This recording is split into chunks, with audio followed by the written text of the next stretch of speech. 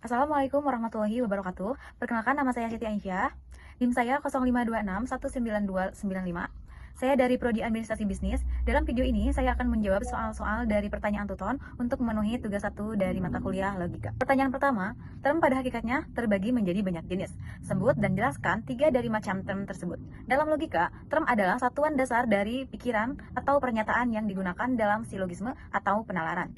Term mengacu pada sesuatu yang dapat disebut atau dibicarakan. Term dapat diklarifikasikan menjadi beberapa jenis.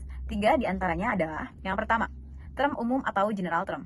Pengertiannya merujuk pada banyak individu atau objek dalam satu kelompok. Contohnya, manusia, hewan, tumbuhan. Karena manusia mencakup semua orang, bukan hanya satu individu tertentu. Yang kedua, term khusus atau partikular merujuk pada satu individu atau entitas tertentu. Contohnya, Indonesia, kucing saya, mobil Toyota Avanza merah. Dan yang ketiga, term konkret dan abstrak. Konkret merujuk pada benda atau objek yang bisa ditangkap oleh panca indera. Abstrak merujuk pada konsep atau ide yang tidak bisa ditangkap oleh panca indera. Contohnya, konkret, meja, buku, manusia. Abstrak, keadilan, kebebasan, keberanian. Meja bisa dilihat dan disentuh, sedangkan keadilan hanya bisa dipahami secara intelektual. Pertanyaan kedua, jelaskan dan berikan contoh bentuk sesat pikir atau logical fallacy, bagaimana agar terhindar dari logical fallacy. Logical fallacy adalah kesalahan dalam penalaran yang membuat argumen tampak logis padahal cacat secara logika. Contoh bentuk dari logical fallacy. Yang pertama adalah ad hominem atau serangan pribadi, menyerang karakter orang yang sedang berargumen, bukan pada argumennya. Contohnya, jangan percaya sama pendapat Budi tentang ekonomi, karena dia sendiri pun tidak tamat kuliah.